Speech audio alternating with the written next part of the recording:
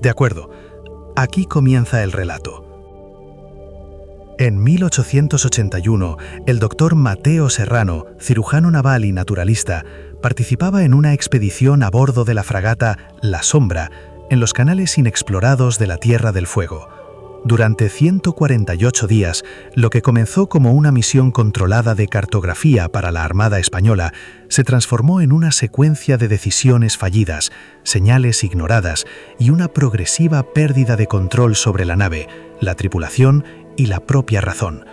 La expedición, símbolo del orgullo tecnológico de una nación, se adentró en un fiordo que no aparecía en ninguna carta náutica, ignorando las advertencias de los pueblos originarios. Fue un avance calculado hacia el corazón de un laberinto de hielo y silencio, hasta que un registro, el diario del propio doctor Serrano, una crónica de la desintegración humana, cambió todo lo que se creía saber sobre el destino de aquellos 129 hombres. ¿En qué punto exacto una misión de descubrimiento se convierte en el registro de su propio final? Antes de desvelar lo que se registró en los últimos informes de esta misión, comenta desde dónde nos estás viendo y suscríbete al canal. Lo que sucedió después no consta en los archivos oficiales. El conflicto principal no fue una tormenta ni un motín, sino un error de cálculo nacido de la arrogancia. La fragata La Sombra, equipada con un motor auxiliar a vapor y considerada la vanguardia de la exploración naval, quedó atrapada por un invierno anormalmente temprano. El hielo, con una celeridad imprevista, selló la entrada y la salida del canal, convirtiendo el fiordo en una prisión blanca. El problema central se manifestó con una simplicidad brutal. Las provisiones, calculadas para una travesía de exploración y no para un asedio invernal, comenzaron a disminuir a un ritmo alarmante. El enemigo no era visible, era el tiempo, el hambre y el silencio absoluto que envolvía la nave, un silencio que pronto empezaría a corroer la disciplina y la cordura de la tripulación. El capitán Balbuena, un hombre cuya carrera se había forjado en la certeza y la obediencia a la lógica naval, interpretó la situación inicial como un contratiempo temporal. Sus registros de navegación del 12 de mayo de 1881 reflejan una confianza inquebrantable en la tecnología de la fragata. Ordenó mantener la calma y establecer rutinas de mantenimiento, convencido de que un cambio en las corrientes o un aumento de la temperatura liberaría el barco en cuestión de semanas. Esta decisión, aunque comprensible desde la perspectiva de la disciplina militar, fue el primer eslabón en una cadena de errores fatales. Ignoró deliberadamente las mediciones del primer oficial Morales, que indicaban un descenso constante de la temperatura y un engrosamiento del hielo a un ritmo de casi 30 centímetros por día. La confianza del capitán se convirtió en una barrera más sólida que el propio hielo, impidiendo cualquier consideración de un plan de evacuación o racionamiento severo inmediato cuando aún era una opción viable. El doctor Mateo Serrano, por su parte, inició su diario no como una crónica de desastre, sino como un estudio científico del aislamiento. Sus primeras entradas son un modelo de rigor positivista. Cataloga la flora mínima que se aferra a las rocas, describe la geología de los acantilados y anota las variaciones de presión atmosférica. Sin embargo, entre sus observaciones naturalistas se cuela un nuevo objeto de estudio: la tripulación. Documenta el cambio en los patrones de sueño de los marineros, el aumento de las disputas por motivos triviales y la aparición de una apatía generalizada que él denomina la fiebre del blanco. Su formación médica le permite identificar los primeros signos de malnutrición y estrés psicológico, pero su fe en la estructura de mando y en la capacidad de la misión para superar el obstáculo le impide en un primer momento comprender la verdadera magnitud de la amenaza. Su pluma, afilada y precisa, aún no registraba el miedo, solo la anomalía. La primera falla técnica no fue catastrófica, pero sí profundamente simbólica. El 28 de junio de 1881, el motor a vapor auxiliar, la gran promesa de la expedición y el seguro contra la tiranía de los vientos, dejó de funcionar. Un intento por mantenerlo activo para calentar mínimamente las cubiertas inferiores provocó la fractura de una tubería de presión, un componente imposible de reparar sin un taller naval. El silencio del motor, que hasta entonces había sido un murmullo constante de poder y progreso, fue reemplazado por un silencio mucho más denso y antiguo. Este evento marcó un punto de inflexión psicológico. La tripulación, compuesta en su mayoría por jóvenes que veían en la máquina un talismán contra la naturaleza salvaje, sintieron por primera vez su vulnerabilidad de forma tangible. El doctor Serrano anotó en su diario: «Hoy hemos perdido más que una máquina. Hemos perdido la ilusión de control. El frío de fuera ha comenzado a filtrarse dentro». La rutina impuesta por el capitán Balbuena comenzó a desmoronarse. Las guardias en la cubierta helada se volvieron insostenibles y los hombres asignados a medir el grosor del hielo regresaban con síntomas de congelación y una mirada vacía. El primer oficial Morales, un hombre pragmático y de pocas palabras, intentó organizar equipos de caza para explorar los alrededores en busca de focas o aves marinas. Sin embargo, el paisaje era de una hostilidad desoladora: roca negra y hielo. No había vida. Los pocos animales avistados en las primeras semanas habían desaparecido, como si la propia naturaleza supiera que aquel lugar era una trampa. Cada expedición regresaba con las manos vacías y el ánimo más quebrado, trayendo consigo solo el viento cortante y la certeza de que el fiordo era una tumba estéril. La esperanza, un recurso tan vital como la comida, comenzaba a racionarse de forma inconsciente. El desgaste físico se hizo evidente a finales de julio. El doctor Serrano llenó páginas enteras con descripciones clínicas de los estragos del escorbuto: encías inflamadas y sangrantes, dolores articulares que impedían a los hombres caminar y una fatiga que los sumía en un estado de letargo perpetuo. Su rol como médico se convirtió en una farsa impotente. Sin acceso a frutas o verduras frescas, sus conocimientos eran inútiles. Se limitaba a registrar la decadencia, midiendo la debilidad de los cuerpos como antes medía la presión atmosférica. La presión por obtener resultados, por encontrar una solución, recaía sobre un capitán cada vez más aislado en su camarote y un primer oficial que veía cómo la disciplina se disolvía en una mezcla de apatía y resentimiento silencioso. La sensación de no retorno dejó de ser una premonición para convertirse en una certeza física, palpable en las articulaciones hinchadas y la piel pálida de la tripulación. La dinámica entre los hombres se enrareció. El aislamiento progresivo no los unió, sino que los atomizó. Se formaron pequeños grupos en las cubiertas inferiores, unidos no por la camaradería, sino por la desconfianza hacia los demás. Las conversaciones cesaron, reemplazadas por susurros y miradas furtivas. Cualquier trozo de comida guardado, cualquier objeto personal, se convertía en motivo de sospecha.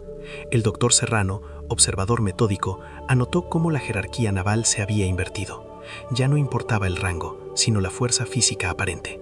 Los marineros más jóvenes y débiles eran evitados, excluidos de los círculos que se formaban alrededor de las escasas estufas improvisadas. La ausencia de apoyo externo, la certeza de que nadie en el mundo sabía dónde estaban, eliminó cualquier norma social. La fragata ya no era un navío de la Armada Española, era un microcosmos regido por las leyes más primarias de la supervivencia. A mediados de agosto, un nuevo fenómeno comenzó a atormentar a la tripulación, una extraña repetición en el paisaje. El primer oficial Morales, en un intento desesperado por encontrar una fisura en el hielo, organizó una expedición de reconocimiento a lo largo de la orilla del fiordo. Tras 3 días de marcha agotadora, utilizando la brújula y las cartas improvisadas que habían dibujado, el equipo regresó al barco convencido de haber avanzado más de 30 kilómetros hacia el norte. Sin embargo, los puntos de referencia que habían marcado en las rocas unas formaciones geológicas peculiares eran idénticas a los que se veían desde la cubierta de la sombra. Repitieron la expedición hacia el sur, con el mismo resultado. El fiordo parecía curvarse sobre sí mismo, creando una ilusión óptica o una anomalía geográfica que sus instrumentos no podían explicar. La sensación de estar atrapados en un bucle sin fin fue un golpe devastador para la moral.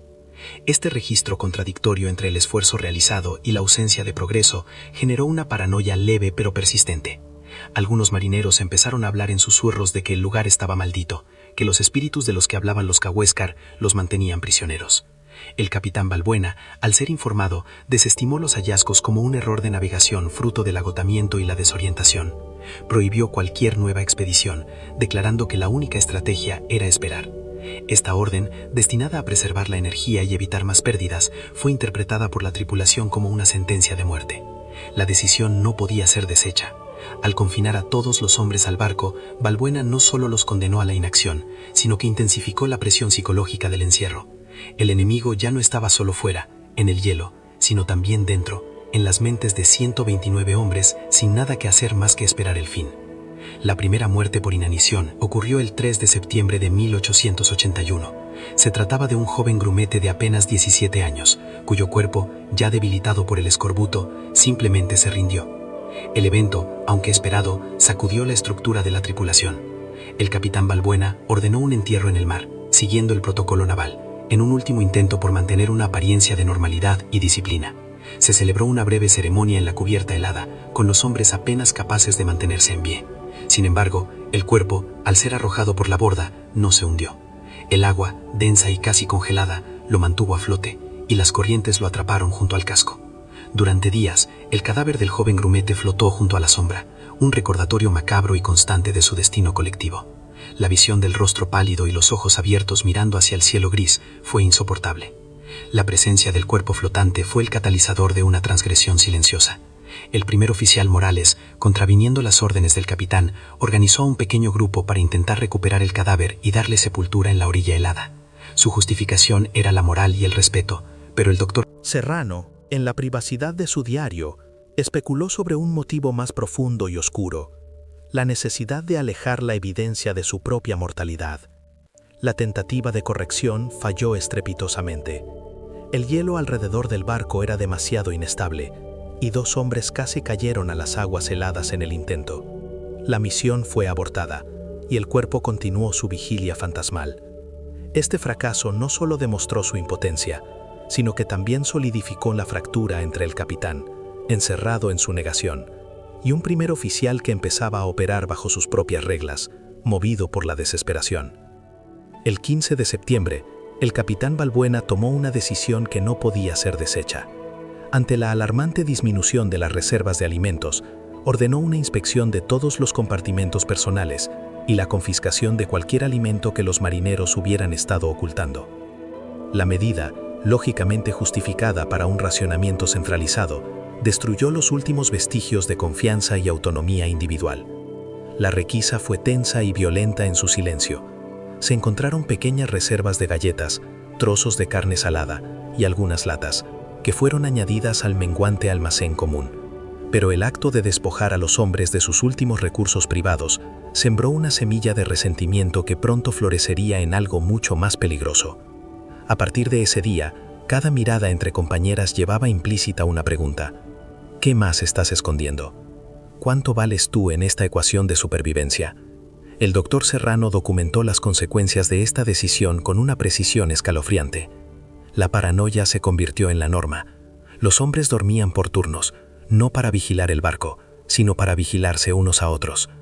El médico describió un nuevo síndrome que llamó la contabilidad del hambre, en la que cada individuo calculaba mentalmente las calorías consumidas por sus compañeros, evaluando quién era una carga y quién una amenaza. Su diario dejó de ser de un naturalista para convertirse en el de un sociólogo del colapso. Anotó conversaciones fragmentadas que escuchaba a escondidas, en las que ya no se hablaba de rescate o de hogar, sino de recursos y necesidades. La humanidad de la tripulación se estaba desvaneciendo, reemplazada por un instinto de supervivencia calculador y frío, un reflejo perfecto del paisaje que lo rodeaba. A principios de octubre, con las reservas de alimentos casi agotadas, el primer oficial Morales propuso una medida desesperada: enviar un grupo de caza final, el mejor equipado posible, con la misión de no regresar hasta encontrar algo, cualquier cosa. El capitán Balbuena, finalmente quebrado por la realidad, accedió. Se seleccionó a 5 de los hombres más fuertes y experimentados. Se les proporcionó la mayor parte de las raciones restantes, las mejores armas y ropa de abrigo. Su partida fue observada en silencio por el resto de la tripulación. No hubo despedidas ni palabras de aliento, solo la mirada de los que se quedaban, una mezcla de esperanza y envidia. Para ellos, el grupo de caza no solo representaba la posibilidad de obtener comida, sino también la de morir en acción, una alternativa preferible al lento y pasivo final que les esperaba en el barco. Semanas pasaron sin noticias del grupo de caza. La pequeña llama de esperanza que habían encendido se extinguió, dejando tras de sí una certeza aún más oscura. La vida en la sombra se redujo a su mínima expresión. Los hombres apenas salían de sus literas, conservando cada caloría, sumidos en un silencio denso, roto solo por la tos seca y el crujido del hielo contra el casco. Fue entonces cuando el doctor Serrano observó el cambio definitivo en el comportamiento de la tripulación. La apatía fue reemplazada por una atención extraña y focalizada. Los hombres comenzaron a observar a los más débiles, a los que sufrían los peores efectos del escorbuto y la inanición.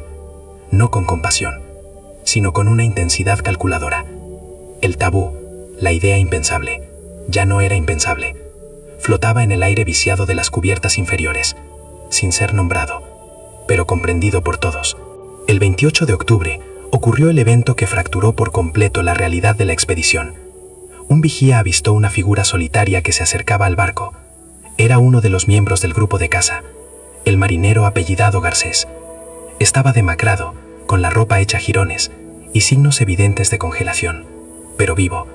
Su regreso no trajo alegría, sino un terror profundo. Garcés estaba en un estado de delirio febril, incapaz de articular una explicación coherente sobre el destino de sus compañeros. Entre balbuceos inconexos sobre el frío y la nieve, repetía una y otra vez una sola palabra: pacto. No hablaba de un accidente, de un ataque de un animal o de haberse perdido. Hablaba de un acuerdo, de una elección deliberada. Sus ojos, hundidos en su cráneo, no reflejaban el trauma de la supervivencia, sino la lucidez de un horror consentido. El doctor Serrano se hizo cargo de Garcés, intentando estabilizarlo y obtener un relato coherente, pero el marinero se negaba a comer la escasa ración de caldo que le ofrecían, apartándola con una mezcla de asco y miedo. En su delirio, describía a sus compañeros no como víctimas, sino como ofrendas. El médico, un hombre de ciencia entrenado para buscar explicaciones lógicas, se encontró frente a un abismo. Comprendió que el grupo de caza no había fracasado. Había sobrevivido, al menos por un tiempo, de la única forma posible en aquel desierto helado. La revelación fue devastadora. La tripulación ya no se enfrentaba a la muerte por hambre, se enfrentaba a una elección que aniquilaría su condición de seres humanos. El miedo a morir fue súbitamente reemplazado por el terror a lo que tendrían que hacer para vivir. El pacto de Garcés se convirtió en una posibilidad silenciosa para todos. El invierno no cedió. Noviembre trajo consigo temperaturas aún más bajas y una oscuridad casi perpetua. La sombra ya no era un barco, era un mausoleo de hierro y madera congelada, un monumento a la ambición humana aplastada por la indiferencia de la naturaleza. La autoridad del capitán Balbuena había desaparecido por completo. Permanecía encerrado en su camarote, un fantasma cuyo único signo de vida era el humo ocasional que salía de la chimenea de su estufa personal. El primer oficial Morales había perdido el control. La jerarquía naval fue reemplazada por una ley no escrita, el tabú definitivo conocido en los rincones más oscuros de la historia marítima como la costumbre del mar. No hubo un motín violento, ni un derrocamiento formal. Fue una transición silenciosa, una aceptación tácita y terrible de la nueva realidad. Los más débiles ya no eran compañeros, eran provisiones.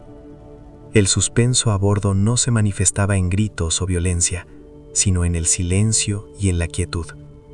Se manifestaba en las miradas calculadoras que se cruzaban en la penumbra de las cubiertas, en la forma en que los grupos se reorganizaban para aislar a los más enfermos y vulnerables. El doctor Serrano, en un último y desesperado intento por aferrarse a su identidad como hombre de ciencia, comenzó a documentar el proceso con una precisión clínica y aterradora. Su diario se llenó de observaciones sobre la pérdida de masa muscular de ciertos individuos, la frecuencia de su tos, la lentitud de sus movimientos.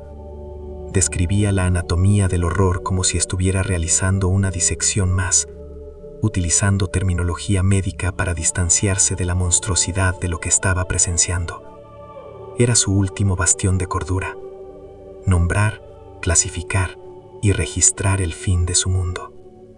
La primera aplicación de la costumbre del mar se llevó a cabo sin ceremonia. Un marinero que llevaba días agonizando por el escorbuto y la neumonía simplemente no despertó una mañana.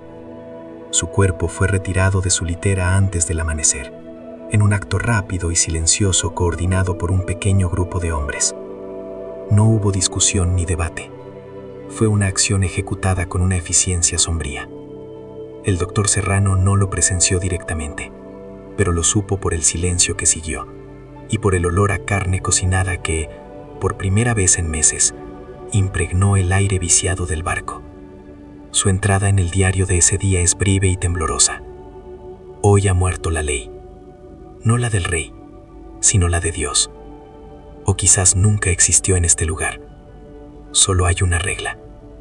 La carne perece, la carne sustenta.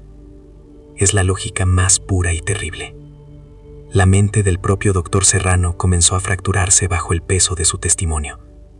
Sus anotaciones, antes pulcras y ordenadas, se volvieron caóticas. Mezclaba observaciones clínicas sobre los efectos de una dieta basada en proteínas humanas con fragmentos de oraciones a un Dios en el que ya no creía. Empezó a dibujar en los márgenes de su diario rostros demacrados, ojos vacíos, diagramas anatómicos superpuestos a la silueta de la fragata.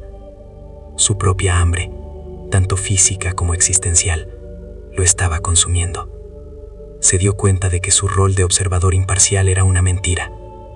Él también era parte del sistema, un superviviente más en esa cadena alimenticia macabra. Su pluma ya no era un instrumento de la ciencia, sino el sismógrafo de su propia desintegración psicológica, registrando los temblores de una mente que se derrumbaba. A medida que avanzaba diciembre, la práctica se normalizó. Se estableció un sistema tácito, una lotería silenciosa en la que el próximo en morir era elegido por su propia debilidad. El barco se dividió en cazadores y presas, aunque los roles podían invertirse en cualquier momento. La paranoia alcanzó su punto álgido. Nadie dormía profundamente. Cada tos, cada gemido, era analizado por los demás. El doctor Serrano, ahora tan débil como el resto, se encerró en su pequeño camarote, atrancando la puerta con su escritorio. Ya no salía. Su única conexión con el mundo exterior era el sonido de pasos sigilosos en el pasillo y el olor que a veces se filtraba por debajo de la puerta. Su diario se convirtió en su única compañía, un confidente mudo al que le confesaba su terror a convertirse en el siguiente. Su último acto de resistencia era seguir escribiendo, dejar constancia hasta el final. Las últimas páginas del diario del doctor Mateo Serrano, fechadas a finales de diciembre de 1881, son casi ilegibles. La caligrafía, antes firme y segura, es un garabato febril. Las frases son inconexas, una mezcla de terminología médica, nombres de compañeros muertos y reflexiones sobre la naturaleza del alma humana. Una de las últimas entradas coherentes dice: el frío conserva la carne, pero pudre el espíritu. Somos una tripulación de espectros perfectamente conservados, habitando un barco fantasma. He diseccionado cuerpos para entender la vida. Ahora entiendo que solo diseccionaba la maquinaria. El motor real, el que nos impulsa, es el hambre.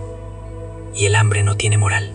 Después de esta reflexión, solo hay manchas de tinta y líneas temblorosas que parecen trazar el contorno de un rostro gritando en silencio. La crónica se detiene abruptamente, dejando un vacío tan elocuente como todo lo que se había escrito. Años más tarde, en el verano de 1884, un barco ballenero chileno que se había desviado de su ruta por una tormenta encontró los restos de la fragata La Sombra. El barco había sido aplastado por la presión del hielo, su casco partido en dos, y yacía varado en una playa rocosa en la desembocadura de un fiordo no registrado. Una partida de desembarco exploró los restos. No encontraron supervivientes ni cadáveres. El barco estaba extrañamente limpio, despojado de todo lo que pudiera ser comestible o útil. La evidencia más inquietante fue el descubrimiento de huesos humanos en las bodegas inferiores, muchos de ellos con marcas de cortes y fracturas deliberadas, mezclados con restos de animales.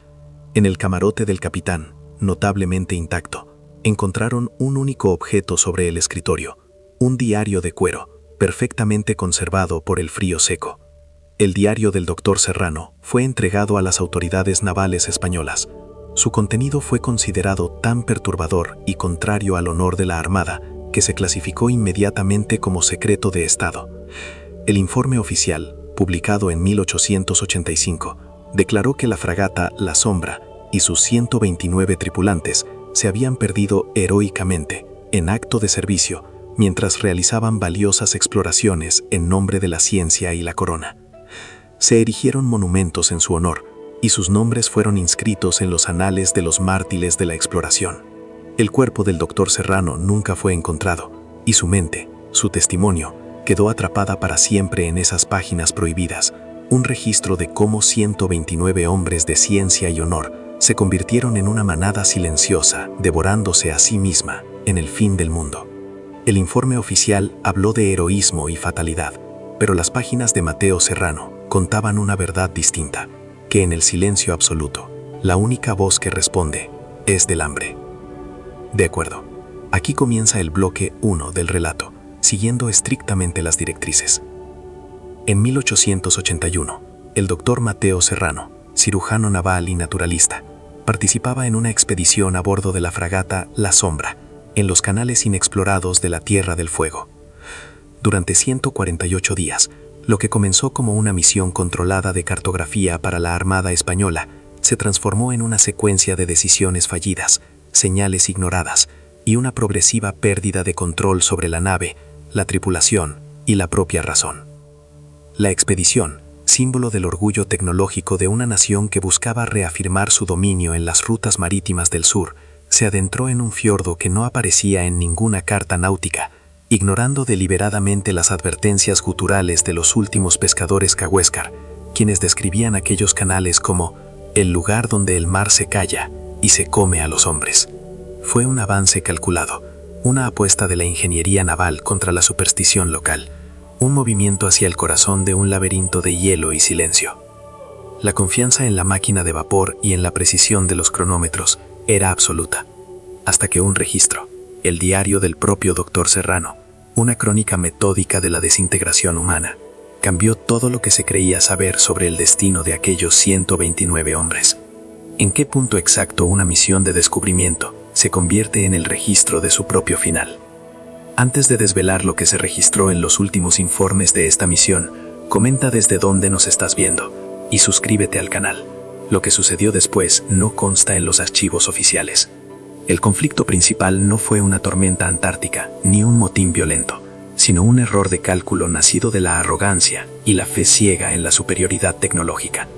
La fragata La Sombra, equipada con un motor auxiliar a vapor y considerada la vanguardia de la exploración naval de la época, quedó atrapada por un invierno anormalmente temprano y de una severidad sin precedentes registrados.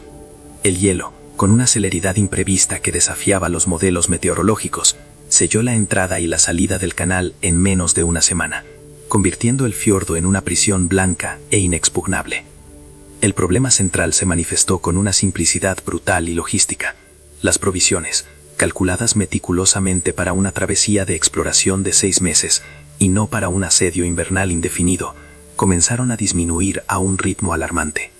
El enemigo no era visible, no portaba armas ni bandera, era el tiempo, medido en raciones decrecientes, el hambre, manifestada en la creciente apatía de la tripulación, y el silencio absoluto que envolvía la nave, un silencio que pronto empezaría a corroer la disciplina y la cordura de la tripulación, con más eficacia que cualquier tempestad.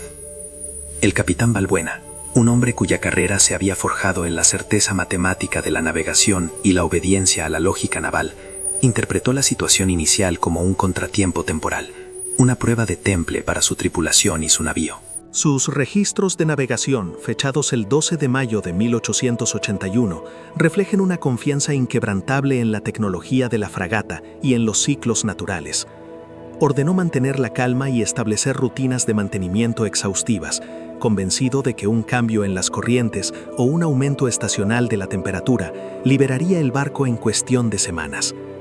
Esta decisión, aunque comprensible desde la estricta perspectiva de la disciplina militar, fue el primer eslabón en una cadena de errores fatales. Ignoró deliberadamente las mediciones del primer oficial Morales, un hombre más pragmático, cuyos informes indicaban un descenso constante de la temperatura y un engrosamiento del hielo a un ritmo alarmante, de casi 30 centímetros por día.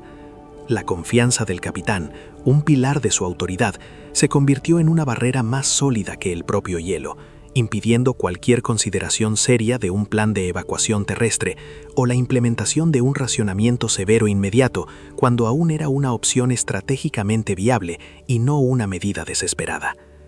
El doctor Mateo Serrano, por su parte, inició su diario no como una crónica de desastre, sino como una continuación de su labor científica en un entorno extremo. Sus primeras entradas son un modelo de rigor positivista, un testamento de un hombre de ciencia enfrentado a lo desconocido.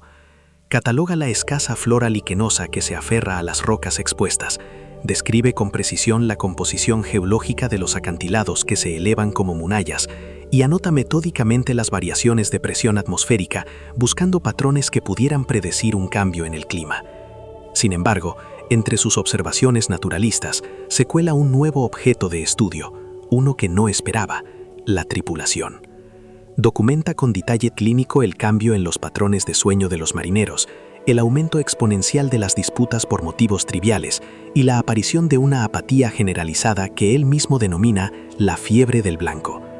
Su formación médica le permite identificar los primeros signos de malnutrición y estrés psicológico agudo, pero su fe inquebrantable en la estructura de mando y en la capacidad de la misión para superar cualquier obstáculo le impide, en un primer momento, comprender la verdadera magnitud de la amenaza que se gestaba en el interior de los hombres.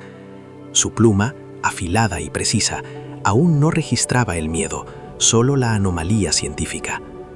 La primera falla técnica no fue catastrófica en su ejecución, pero sí profundamente simbólica en sus consecuencias. El 28 de junio de 1881, el motor a vapor auxiliar, la gran promesa tecnológica de la expedición y el seguro contra la tiranía de los vientos y las corrientes, dejó de funcionar. Un intento por mantenerlo activo a baja potencia para calentar mínimamente las cubiertas inferiores y evitar la congelación de los suministros provocó la fractura por estrés térmico de una tubería de presión, un componente de cobre específico, imposible de reparar sin las herramientas y materiales de un taller naval. El silencio del motor, que hasta entonces había sido un murmullo constante de poder y progreso, el latido artificial del barco, fue reemplazado por un silencio mucho más denso, antiguo y opresivo. Este evento marcó un punto de inflexión psicológico imborrable. La tripulación, compuesta en su mayoría por jóvenes marineros que veían en la máquina un talismán contra la naturaleza salvaje, sintió por primera vez su vulnerabilidad de forma tangible y definitiva. El doctor Serrano lo anotó sucintamente en su diario esa misma noche. Hoy hemos perdido más que una máquina. Hemos perdido la ilusión de control. El frío de afuera ha comenzado a filtrarse dentro de nuestros huesos y, me temo, de nuestras mentes. La estricta rutina impuesta por el capitán Balbuena como antídoto contra la desesperación comenzó a desmoronarse bajo el peso de la realidad física. Las guardias en la cubierta helada, con temperaturas que descendían regularmente por debajo de los 20 grados bajo cero, se volvieron insostenibles. Los hombres asignados a medir el grosor del hielo o a mantener despejadas las jarcias regresaban con síntomas severos de congelación y una mirada vacía que hablaba de una derrota interna. El primer oficial Morales, un hombre pragmático y de pocas palabras, intentó organizar equipos de caza para explorar los alrededores en busca de focas o aves marinas. Sin embargo, el paisaje era de una hostilidad desoladora y estéril, roca negra afilada y hielo interminable. No había vida. Los pocos animales avistados en las primeras semanas habían desaparecido por completo, como si la propia naturaleza supiera instintivamente que aquel lugar era una trampa mortal. Cada expedición, cada vez más corta y peligrosa, regresaba con las manos vacías y el ánimo más quebrado, trayendo consigo solo el viento cortante y la certeza de que el fiordo era una tumba geológica. La esperanza, un recurso tan vital como la comida o el agua, comenzaba a racionarse de forma inconsciente, guardada para un mañana que parecía cada vez más improbable. De acuerdo. Aquí tienes el bloque 2 del relato, continuando exactamente donde terminó el anterior y siguiendo rigurosamente todas las directrices.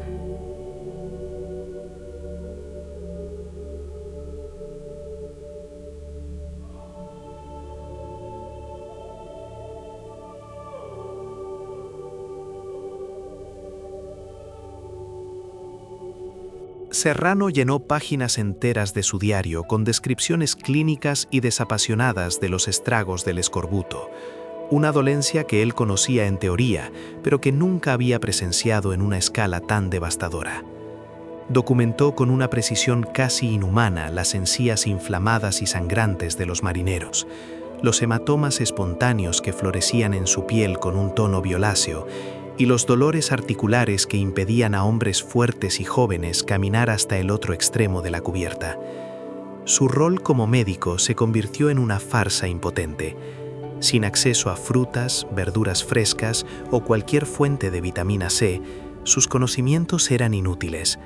Se limitaba a registrar la decadencia, midiendo la debilidad de los cuerpos con la misma objetividad con la que antes medía la presión atmosférica. La presión por obtener resultados, por encontrar una solución mágica, recaía sobre un capitán Balbuena cada vez más aislado en su camarote y un primer oficial Morales que veía cómo la disciplina se disolvía en una mezcla de apatía y resentimiento silencioso. La sensación de no retorno dejó de ser una premonición abstracta para convertirse en una certeza física, palpable en las articulaciones hinchadas, la piel pálida y el aliento fétido de toda la tripulación. La dinámica entre los hombres se enrareció hasta volverse irreconocible. El aislamiento progresivo y la certeza de estar abandonados no los unió en una hermandad de sufridores, sino que los atomizó, convirtiendo a cada hombre en una isla de desconfianza. Se formaron pequeños grupos en las cubiertas inferiores, unidos no por la camaradería de antaño, sino por la sospecha mutua y la necesidad de vigilar a los demás. Las conversaciones cesaron casi por completo, reemplazadas por susurros ininteligibles y miradas furtivas que evaluaban la fuerza y la debilidad ajenas. Cualquier trozo de comida guardado, cualquier objeto personal que pudiera ser útil, se convertía en motivo de una tensión insoportable. El doctor Serrano, observador metódico del colapso social, anotó en su diario cómo la jerarquía naval, antes sagrada, se había invertido. Ya no importaba el rango o la experiencia, sino la fuerza física aparente. Los marineros más jóvenes y débiles eran evitados, excluidos de los círculos que se formaban alrededor de las escasas estufas improvisadas. La ausencia de apoyo externo, la certeza de que nadie en el mundo sabía dónde estaban, eliminó cualquier norma social preestablecida. La fragata ya no era un navío de la Armada Española, era un microcosmos regido por las leyes más primarias y brutales de la supervivencia. A mediados de agosto, un nuevo fenómeno, uno que no podía explicarse con la lógica de la navegación, comenzó a atormentar a la tripulación. El primer oficial Morales, en un intento desesperado por encontrar una fisura en el hielo o una ruta de escape terrestre, organizó una expedición de reconocimiento a lo largo de la orilla del fiordo. Tras 3 días de marcha agotadora sobre el terreno irregular y helado, utilizando la brújula y las cartas improvisadas que habían dibujado, el equipo regresó al barco convencido de haber avanzado más de 30 kilómetros hacia el norte. Sin embargo, los puntos de referencia que habían marcado en las rocas, unas formaciones geológicas peculiares con vetas de cuarzo, eran idénticas a los que se veían desde la cubierta de la sombra. Desconcertados y agotados, repitieron la expedición hacia el sur una semana después, con el mismo e inexplicable resultado. El fiordo parecía curvarse sobre sí mismo de una manera imposible, creando una ilusión óptica a gran escala o una anomalía geográfica que sus instrumentos no podían detectar ni explicar. La sensación de estar atrapados, no ya en un callejón sin salida, sino en un bucle sin fin, fue un golpe devastador para una moral ya fracturada. El esfuerzo físico no producía ningún avance, una metáfora perfecta de su situación. Este registro contradictorio entre el esfuerzo realizado y la ausencia total de progreso generó una paranoia leve pero persistente que se extendió por el barco como una enfermedad. Algunos marineros, hombres curtidos en 1000 tormentas, empezaron a hablar en susurros de que el lugar estaba maldito, que los espíritus de los que hablaban los Cahuéscar los mantenían prisioneros en un laberinto invisible. El capitán Balbuena, al ser informado por un nervioso Morales, desestimó los hallazgos como un error de navegación, fruto del agotamiento y la desorientación visual provocada por el paisaje monótono. En un acto que pretendía restaurar el orden, prohibió cualquier nueva expedición terrestre, declarando que la única estrategia válida era esperar a que el hielo se rompiera. Esta orden, destinada a preservar la energía y evitar más pérdidas humanas, fue interpretada por la tripulación como una sentencia de muerte definitiva. La decisión no podía ser deshecha.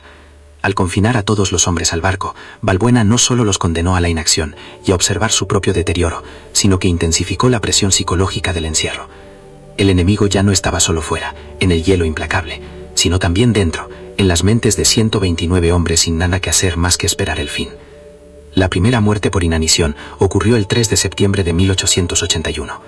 Se trataba de un joven grumete de apenas 17 años, de apellido Rojas, cuyo cuerpo, ya severamente debilitado por el escorbuto, simplemente se rindió durante la noche. El evento, aunque esperado en la lógica del deterioro, sacudió la frágil estructura de la tripulación. El capitán Balbuena, en un último y desesperado intento por mantener una apariencia de normalidad y disciplina naval, ordenó un entierro en el mar, siguiendo el protocolo al pie de la letra. Celebró una breve y patética ceremonia en la cubierta helada, con los hombres apenas capaces de mantenerse en pie, sus palabras ahogadas por el viento. Sin embargo, el cuerpo, envuelto en su propia hamaca y lastrado con una pieza de ancla, al ser arrojado por la borda, no se hundió. El agua, densa y casi congelada, lo mantuvo a flote, y las extrañas corrientes del fiordo lo atraparon junto al casco. Durante días, el cadáver del joven grumete flotó junto a la sombra, un recordatorio macabro y constante de su destino colectivo. La visión del rostro pálido y los ojos abiertos mirando hacia el cielo gris fue una tortura psicológica que ni el más fuerte pudo soportar. La presencia constante del cuerpo flotante fue el catalizador de una transgresión silenciosa y significativa. El primer oficial Morales, contraviniendo las órdenes implícitas del capitán de ignorar el problema, organizó a un pequeño grupo de voluntarios. El evento, aunque esperado en la lógica del deterioro, sacudió la frágil estructura de la tripulación. El capitán Balbuena, en un último y desesperado intento por mantener una apariencia de normalidad y disciplina naval, ordenó un entierro en el mar, siguiendo el protocolo al pie de la letra. Celebró una breve y patética ceremonia en la cubierta helada, con los hombres apenas capaces de mantenerse en pie, sus palabras ahogadas por el viento. Sin embargo, el cuerpo, envuelto en su propia hamaca y lastrado con una pieza de ancla, al ser arrojado por la borda, no se hundió. El agua, densa y casi congelada, lo mantuvo a flote, y las extrañas corrientes del fiordo lo atraparon junto al casco. Durante días, el cadáver del joven grumete flotó junto a la sombra, un recordatorio macabro y constante de su destino colectivo. La visión del rostro pálido y los ojos abiertos mirando hacia el cielo gris fue una tortura psicológica que ni el más fuerte pudo soportar. La presencia constante del cuerpo flotante fue el catalizador de una transgresión silenciosa y significativa.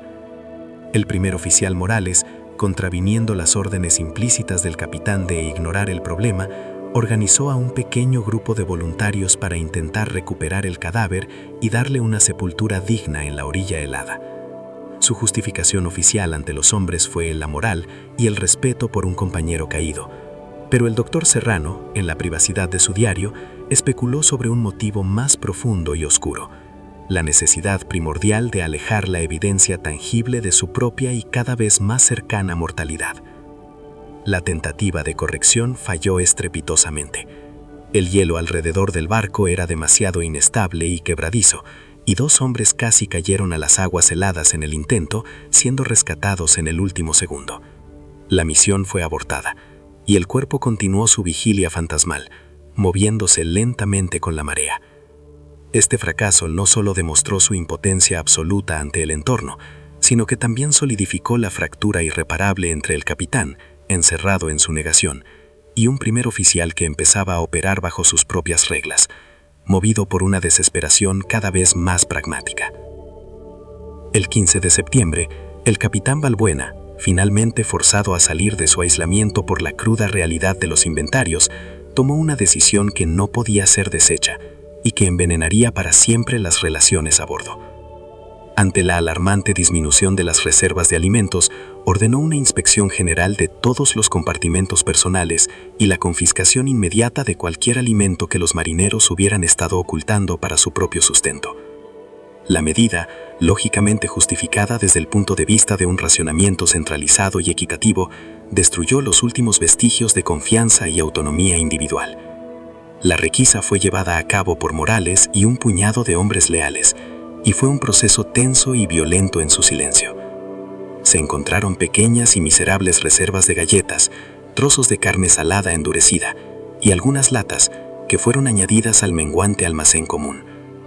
Pero el acto de despojar a los hombres de sus últimos recursos privados, de su última esperanza personal, sembró una semilla de resentimiento profundo que pronto florecería en algo mucho más peligroso.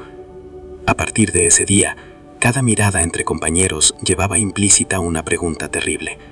¿Qué más estás escondiendo? ¿Cuánto vales tú en esta ecuación de supervivencia que se estrecha día a día? De acuerdo, aquí tienes el bloque 3 del relato, continuando exactamente donde terminó el anterior y siguiendo rigurosamente todas las directrices. Inicio del bloque 3. El doctor Serrano documentó las consecuencias de esta decisión con una precisión escalofriante, casi como si estuviera estudiando una colonia de insectos bajo estrés extremo. La paranoia, que antes era una corriente subterránea, se convirtió en la norma explícita de convivencia. Los hombres dormían por turnos, no para vigilar el barco contra amenazas externas, sino para vigilarse unos a otros, protegiendo el espacio vacío donde antes guardaban sus escasas reservas.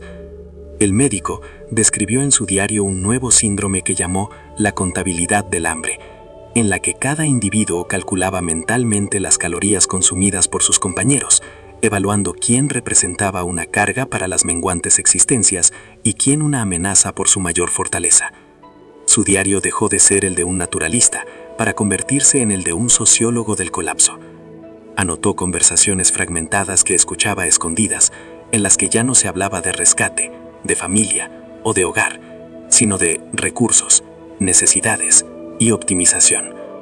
La humanidad de la tripulación se estaba desvaneciendo, reemplazada por un instinto de supervivencia calculador y frío, un reflejo perfecto del paisaje de hielo y roca que los rodeaban, y que de alguna manera parecía estar infiltrándose en sus almas.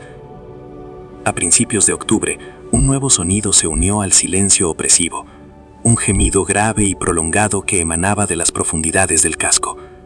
Era el sonido de las vigas de roble de la sombra rindiéndose a la presión inimaginable del hielo que la aprisionaba. El primer oficial Morales, tras una inspección interna, informó al capitán de que varias cuadernas del lado de babor presentaban fisuras. Existía un riesgo real de que el casco se partiera si la presión aumentaba. Esta amenaza estructural inmediata forzó una nueva decisión crítica.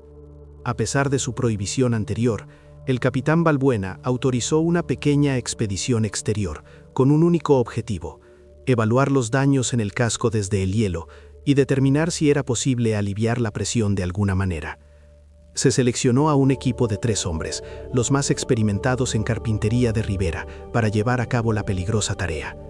No era una misión de exploración, sino de supervivencia inmediata, un intento de evitar que su prisión se convirtiera también en su tumba de madera astillada.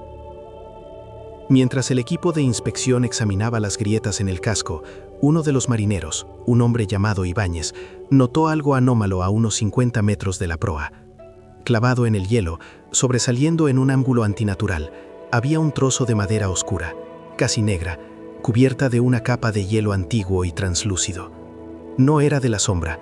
La forma y el tipo de madera, visible a través del hielo, eran diferentes, más toscos, de un diseño que no correspondía a la construcción naval española del siglo XIX.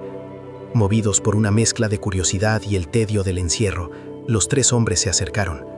La madera era la punta de lo que parecía ser el mástil roto de otra embarcación. Estaba atrapada en una capa de hielo mucho más profunda y compacta que la que los rodeaba, un hielo azulado que hablaba de años, quizás décadas, de compresión.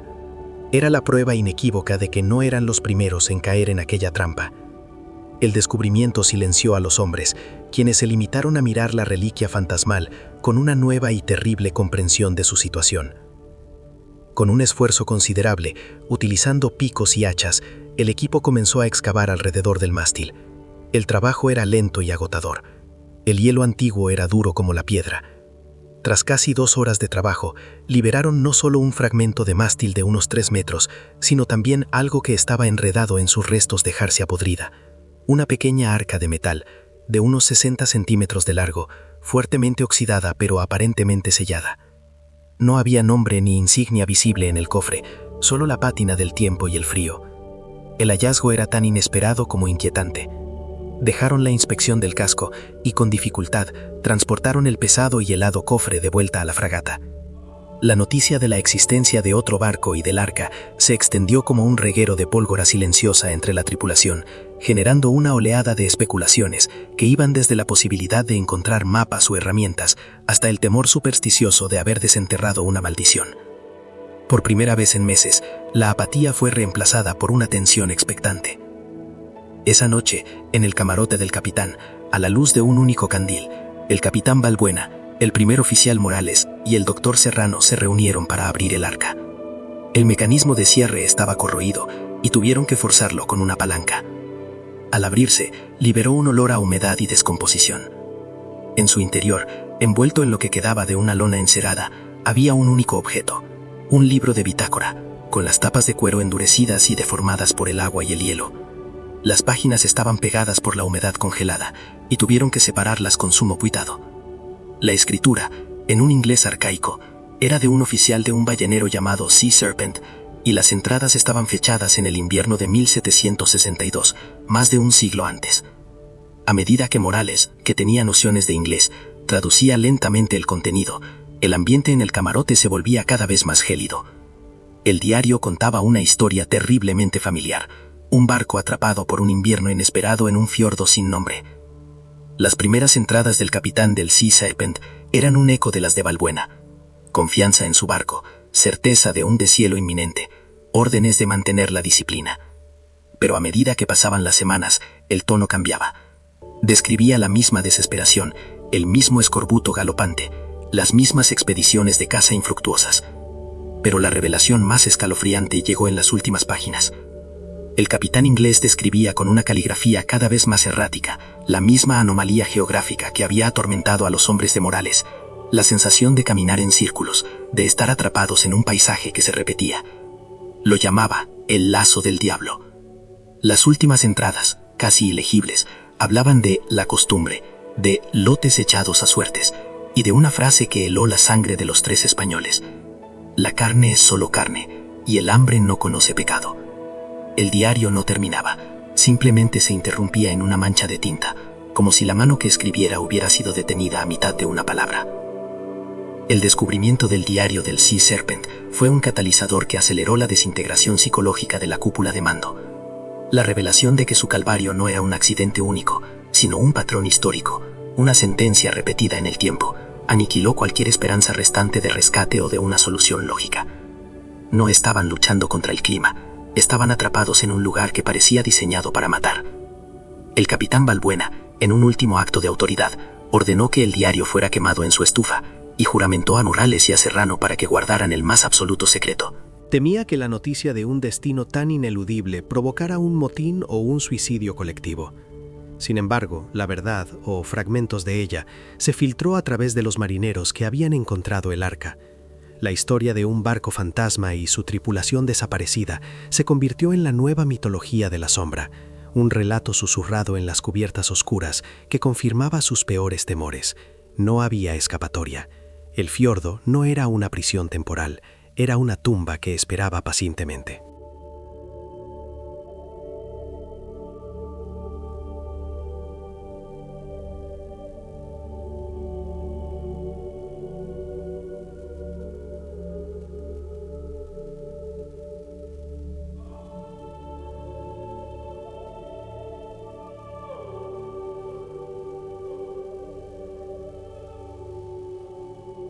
La sensación de vigilancia ya no provenía del paisaje exterior, sino del interior. Cada hombre era a la vez un prisionero y un carcelero de sus compañeros. El hambre de comida fue eclipsada por el hambre de confianza. A principios de noviembre, un nuevo fenómeno se añadió a la creciente lista de anomalías. En la quietud casi absoluta del fiordo, varios hombres, en diferentes momentos y lugares del barco, comenzaron a informar de un sonido. No era el crujido del hielo ni el silbido del viento en la jarcia. Era un sonido débil, rítmico y metálico, como el eco lejano de un martillo golpeando un yunque o una campana de barco sonando a una distancia imposible. Al principio fue desestimado por el primer oficial Morales como un producto del agotamiento y la malnutrición, una forma de alucinación auditiva colectiva. El doctor Serrano intentó encontrarle una explicación científica en su diario, teorizando sobre la pareidolia auditiva, la tendencia del cerebro a encontrar patrones en el ruido aleatorio, especialmente bajo estrés extremo. Sin embargo, los informes se hicieron más frecuentes y, lo que era más inquietante, más consistentes. Hombres que no habían hablado entre sí describían el mismo sonido, con el mismo ritmo y timbre. La pregunta flotaba en el aire viciado de las cubiertas. ¿Estaban perdiendo la cordura colectivamente o había algo ahí fuera, en el silencio blanco, que los estaba llamando? La ambigüedad del sonido se convirtió en una nueva forma de tortura. Para algunos representaba la esperanza, la posibilidad de otro barco, de un asentamiento, de un rescate milagroso. Para otros era una confirmación de sus peores temores supersticiosos, un señuelo, una llamada de los espíritus del fiordo. La tensión entre estas dos interpretaciones dividió a los pocos grupos que aún mantenían una cohesión. Finalmente, el primer oficial Morales, actuando más por la necesidad de acabar con la incertidumbre que por una esperanza real, tomó una decisión. Desafiando la orden implícita del capitán de permanecer a bordo, organizó una última expedición. No sería una misión de caza ni de cartografía, sino de investigación acústica. Seleccionó a 4 de los hombres más cuerdos y físicamente capaces. Su objetivo era simple y desesperado: seguir el sonido hasta su origen o demostrar, de una vez por todas, que no existía. La preparación se llevó a cabo en un silencio solemne. Mientras se equipaban con las últimas provisiones útiles, el resto de la tripulación los observaba, sus rostros una mezcla indescifrable de esperanza y terror. La expedición regresó 2 días después, y su llegada marcó el fin de cualquier pretensión de normalidad. No habían encontrado el origen del sonido. Este parecía retroceder a medida que avanzaban, manteniéndose siempre en el horizonte auditivo. Confirmaron, una vez más, que estaban caminando en círculos, al encontrar sus propias huellas del día anterior en un lugar que debería haber estado a kilómetros de distancia. Pero trajeron consigo una evidencia que silenció al barco entero. Cerca de uno de sus campamentos improvisados, encontraron un segundo rastro de huellas en la nieve. No eran suyas. Eran las marcas inequívocas de pies humanos descalzos. Las huellas eran claras y profundas, como si alguien hubiera caminado con paso firme sobre la nieve helada sin ninguna protección. Seguían un rastro paralelo al suyo durante unos 200 metros, antes de desaparecer abruptamente frente a una pared de hielo sólido, como si la persona que las hizo se hubiera desvanecido en el aire o caminado directamente hacia el interior del glaciar. La cascada de aprendizajes había culminado en una única y horrible lección. No estaban luchando contra el aislamiento. Estaban siendo observados. De acuerdo, aquí tienes el bloque 5 del relato, continuando exactamente donde terminó el anterior y siguiendo rigurosamente todas las directrices. Tras inicio del bloque 5. La revelación de que no estaban solos, sino observados, no trajo consigo el pánico ruidoso de un motín, sino una parálisis colectiva, una conmoción profunda que fracturó los últimos vestigios de la estructura mental de la tripulación. El miedo al aislamiento, un enemigo pasivo y abstracto, fue reemplazado por el terror a una presencia activa, inteligente e incomprensible. Las huellas descalzas en la nieve helada eran una afrenta a la lógica, un dato imposible que no podía ser procesado por mentes ya debilitadas por el hambre y la desesperación. El silencio del fiordo ya no era vacío, estaba cargado de intención. En las cubiertas de la sombra, las conversaciones cesaron por completo. Los hombres se movían como autómatas, evitando el contacto visual, cada uno atrapado en una prisión interna de sospecha y pavor. Ya no temían morir de hambre, temían la razón por la que habían sido atraídos a aquel lugar. La disciplina, ese pilar que el capitán Balbuena había intentado mantener a toda costa, se evaporó, no en una explosión de anarquía, sino en una implosión silenciosa. La expedición había dejado de ser una lucha contra la naturaleza para convertirse en una espera. Esperaban a que aquello que los observaba desde el hielo se manifestara. Cuando el primer oficial Morales, con el rostro desencajado y la voz apenas un susurro ronco, informó al capitán Balbuena del hallazgo de las huellas. No hubo una explosión de ira, ni una negación obstinada. Por primera vez, el capitán no cuestionó el informe, ni buscó una explicación racional. Escuchó en silencio, con la mirada perdida en los mapas inútiles que cubrían su mesa. La evidencia de una presencia humana inexplicable, adaptada a un entorno en el que sus propios hombres morían congelados, fue el golpe final que demolió el edificio de su autoridad, construido sobre la certeza y el control. Balbuena no emitió ninguna orden, no convocó a sus oficiales, simplemente se levantó, caminó a su litera y corrió la cortina. Fue un acto de abdicación total. A partir de ese momento, el capitán Balbuena dejó de existir como comandante. Se convirtió en un fantasma más dentro del barco fantasma. Un hombre que había llevado a 129 almas a un enigma sin solución, y cuya única respuesta fue rendirse a él. El vacío de poder que dejó su renuncia silenciosa no fue llenado por nadie, simplemente se expandió, absorbiendo las últimas reglas del viejo mundo.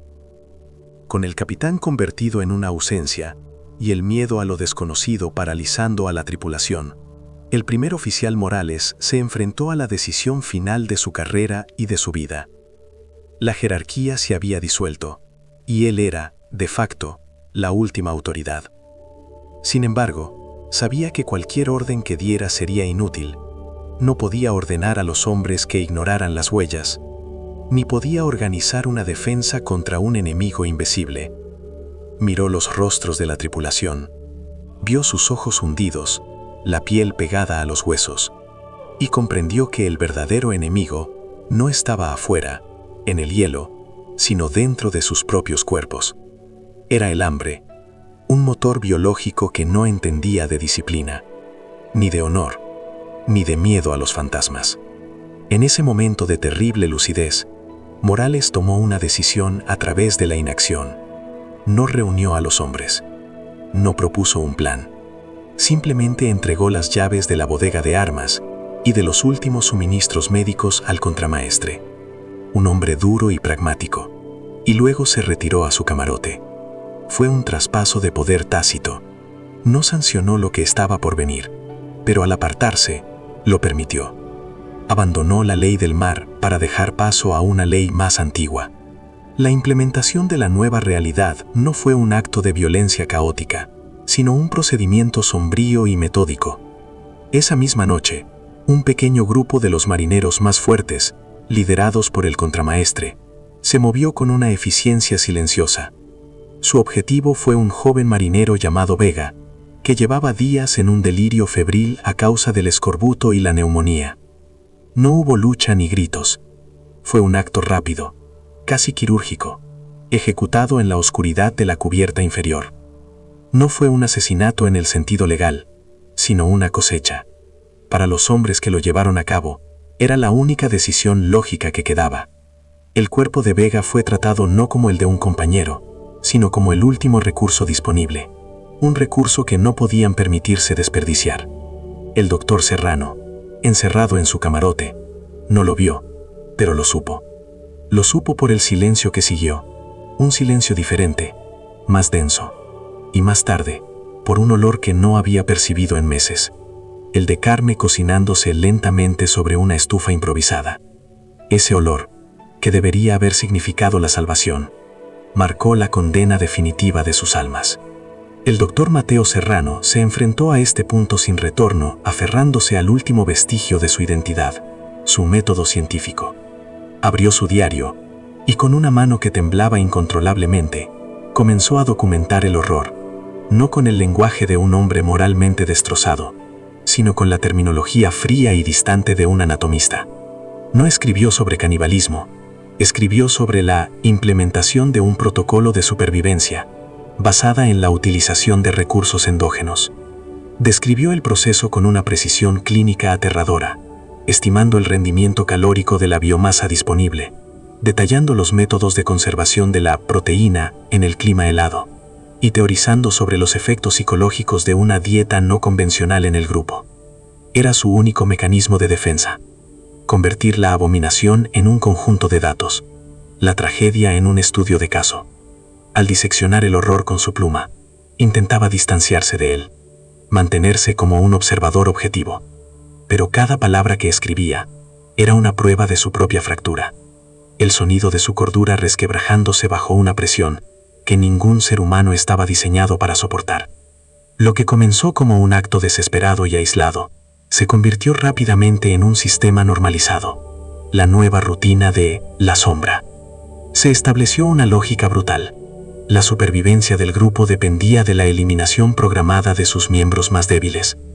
No se echaban suertes ni se realizaban votaciones. Era un proceso orgánico y tácito. Los hombres se observaban constantemente, evaluando la tos de un compañero, la lentitud de sus movimientos, la profundidad de su apatía. Era una lotería silenciosa en la que el perdedor era aquel cuya vitalidad se extinguía primero. La paranoia se transformó en una vigilancia constante y calculadora. Las alianzas se formaban y se rompían en función de la fuerza percibida.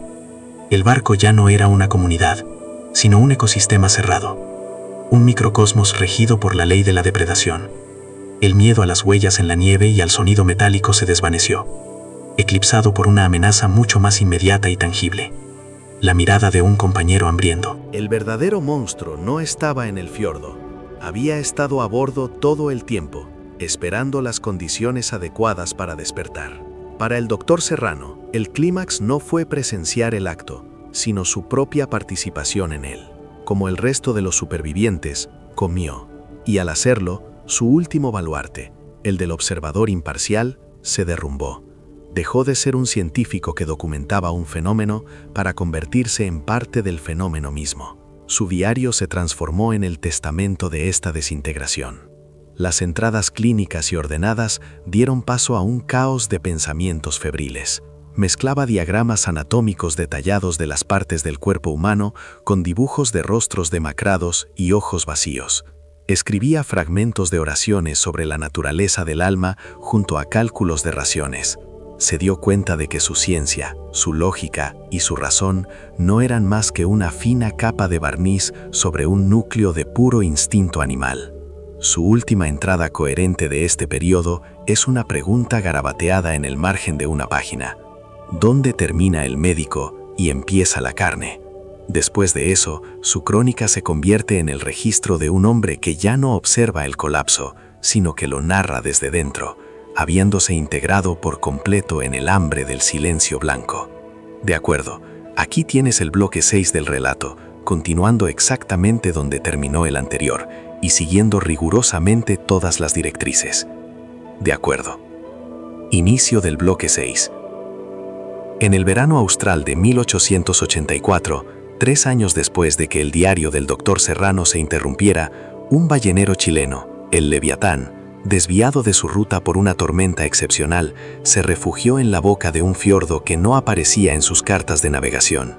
Una partida de desembarco, enviada en busca de agua dulce, encontró los restos de la fragata La Sombra. El barco había sido empujado por la fuerza del hielo y yacía varado sobre una playa rocosa, con el casco partido en dos como una cáscara de nuez. La exploración de los restos reveló una escena de un orden macabro. No encontraron supervivientes ni cadáveres completos. El interior del navío estaba extrañamente limpio, despojado de todo lo que pudiera ser comestible o combustible.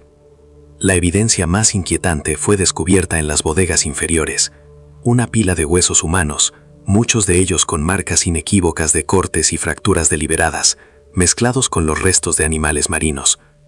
En el camarote del capitán, notablemente intacto por su posición en la popa, encontraron un único objeto sobre el escritorio, como si hubiera sido dejado para ser hallado: un diario de cuero, perfectamente conservado por el frío seco y el aislamiento.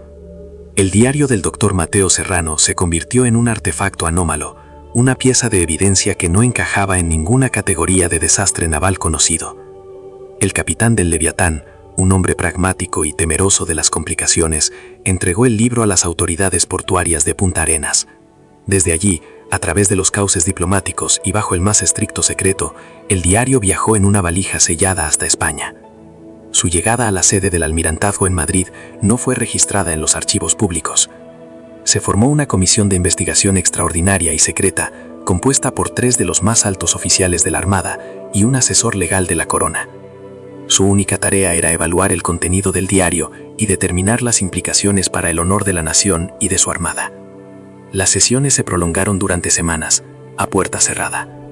La traducción de las últimas y febriles páginas del Dr. Serrano, junto con la descripción del hallazgo del Sea Serpent, no provocó debates sobre un posible rescate fallido, sino un silencio pétreo. La verdad que contenían esas páginas era considerada más peligrosa que cualquier tormenta o motín. La conclusión de la comisión fue unánime, pragmática y brutal. La verdad debía ser suprimida. Publicar el contenido del diario no solo destruiría la reputación del capitán Balbuena y sus hombres, sino que arrojaría una mancha indeleble sobre el concepto mismo de la exploración civilizada y la superioridad moral y tecnológica del Imperio español.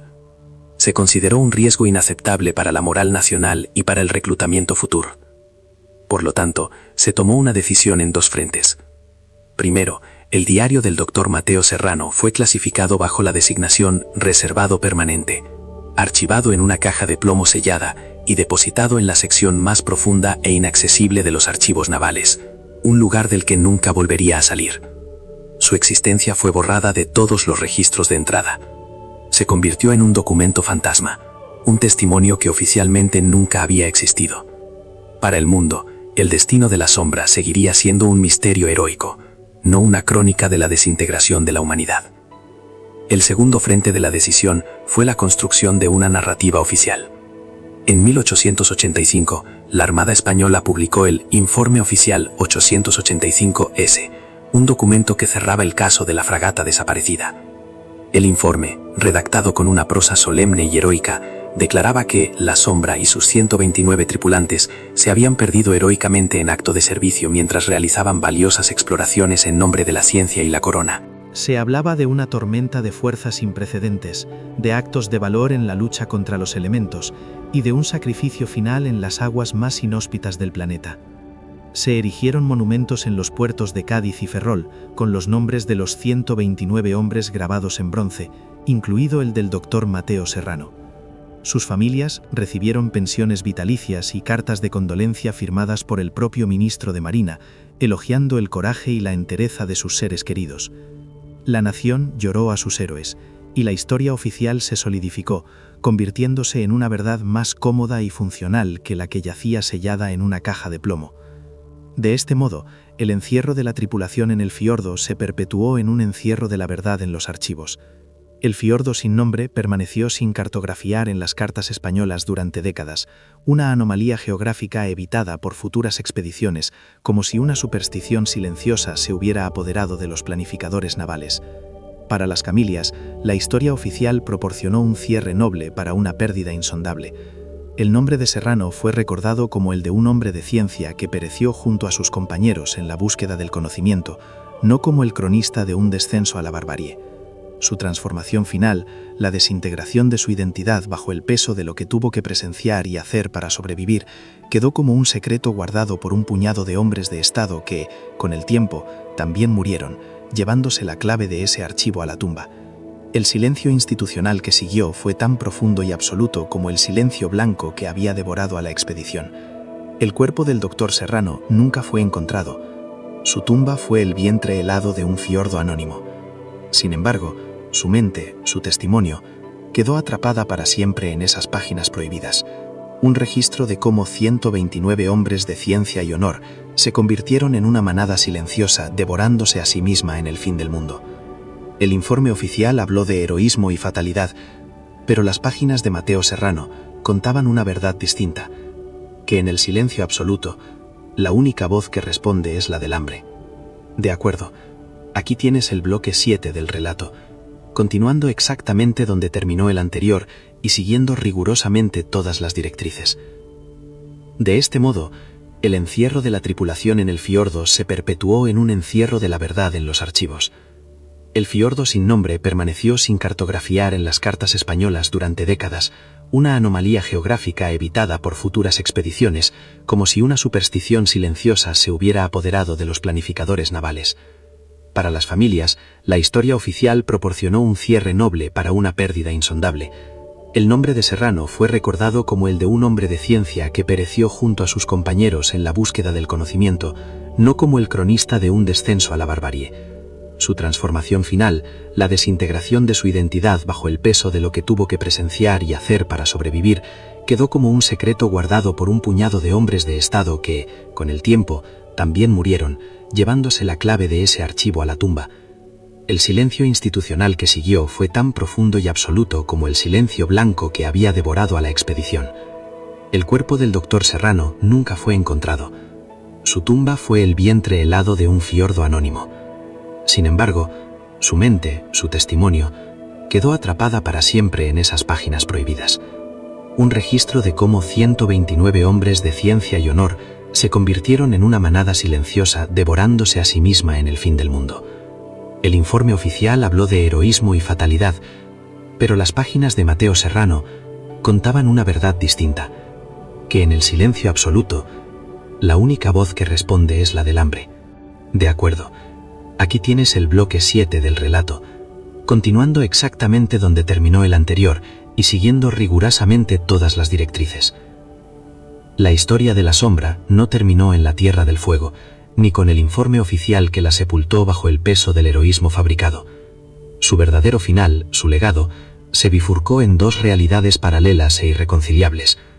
Por un lado, la versión pública, la de los monumentos de bronce, los discursos patrióticos y los nombres grabados en piedra como mártires del progreso. Una narrativa limpia, noble y útil, diseñada para inspirar a futuras generaciones y para consolar a las familias con una mentira honorable. Por otro lado, la verdad silenciada, encerrada en una caja de plomo en la oscuridad de un archivo inaccesible. Esta segunda historia, la real, no habla de heroísmo, sino de la fragilidad de la condición humana. No es un relato de sacrificio, sino de supervivencia a un coste incalculable. El legado de la expedición no es, por tanto, una historia de fracaso naval, sino un testimonio del poder de las instituciones para asesinar una verdad incómoda y reemplazarla con una ficción conveniente. El silencio del fiordo fue el primer acto de borrado. El silencio del almirantazgo fue el segundo, y quizás el más deliberado y perdurable de los dos. El legado real de la fragata La Sombra, el que se destila de las páginas febriles del doctor Serrano, no es una advertencia contra la exploración, sino contra la arrogancia. La expedición no fue derrotada por una tormenta a un iceberg, sino por su fe ciega en la infalibilidad de su propia lógica. La fragata no era solo madera y metal, era una declaración de principios, un manifiesto flotante de la era positivista que creía que cada misterio de la naturaleza podía ser medido, cartografiado y últimamente dominado por la razón humana. El fiordo, con su geografía imposible y su silencio devorador, no se opuso a ellos con fuerza bruta, sino con un absurdo que desmantelaba sistemáticamente sus herramientas más preciadas: la brújula, el cronómetro, la disciplina y finalmente la cordura. La experiencia del Sea Serpent, un siglo antes, demuestra que no fue un evento aislado, sino una lección que el lugar mismo imparte a quienes entran creyendo que sus mapas son más reales que el territorio. La advertencia es clara. Existen lugares en el mundo que no están vacíos de conocimiento, sino que operan bajo un conjunto de reglas que anulan las nuestras. Este patrón de descubrimiento, colapso y encubrimiento no es exclusivo de la sombra. Es un eco que resuena a lo largo de la historia de la exploración humana. Una y otra vez, expediciones equipadas con la tecnología más avanzada de su tiempo se han adentrado en los últimos espacios en blanco del mapa. Desiertos de hielo, junglas impenetrables, profundidades abisales, solo para descubrir que el verdadero vacío no estaba en el paisaje, sino en su propia preparación para enfrentar el colapso de su mundo conocido. Cuando la tecnología falla, cuando los protocolos se demuestran inútiles y el contacto con el exterior se pierde, la estructura social se disuelve, revelando las capas más primarias del comportamiento humano. Y casi siempre, cuando la evidencia de esta desintegración regresa al mundo civilizado, la respuesta institucional es la misma: clasificar, ocultar, reescribir. Se protege la narrativa del progreso a toda costa. incluso si eso significa enterrar la verdad sobre lo que les sucede a los hombres cuando se les despoja de todo, excepto de su voluntad de sobrevivir un día más. El legado de la sombra es, en esencia, el de todas las expediciones cuyo verdadero final nunca fue contado. La lección final que nos deja el diario de Serrano, la que se lee entre líneas en sus últimas anotaciones caóticas, es sobre la naturaleza de lo que significa explorar. La misión partió para cartografiar un trozo de tierra, pero su verdadero y terrible descubrimiento fue antropológico. El fiordo actuó como un laboratorio del alma humana, un catalizador que, al eliminar todas las variables externas de la civilización, ley, moral, esperanza, sociedad, aisló el núcleo irreductible del ser humano, un organismo biológico gobernado por el imperativo del hambre.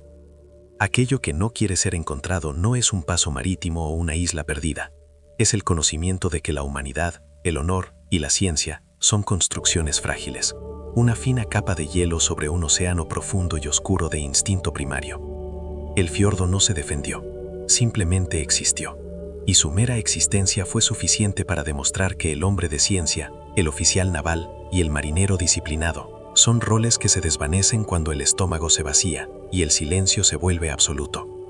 La expedición no fracasó en encontrar un nuevo camino, tuvo éxito en encontrar un límite, el punto donde el hombre deja de ser lo que cree que es. El informe 885S cerró el caso de la sombra, pero no su historia. Historias como esta persisten, latentes en archivos olvidados, en notas a pie de página de viejos libros y en las leyendas susurradas por los habitantes de los lugares que el progreso aún no ha conquistado del todo. Son recordatorios de que no todas las verdades están hechas para ser descubiertas y que no todos los silencios están destinados a ser rotos. El testimonio de Mateo Serrano sobrevivió no como un informe oficial, sino como un mensaje en una botella. Un registro fantasmal que nos obliga a preguntarnos cuántas otras verdades han sido deliberadamente sepultadas para proteger nuestra cómoda visión del mundo. La exploración de estos registros olvidados es, quizá, la última frontera, una que no requiere barcos ni brújulas, sino la voluntad de mirar hacia el abismo de lo que preferiríamos no saber sobre nosotros mismos. Si crees que no toda expedición termina cuando se archiva el informe, comparte este vídeo. Suscríbete para más registros reales que nunca debieron ser ignorados.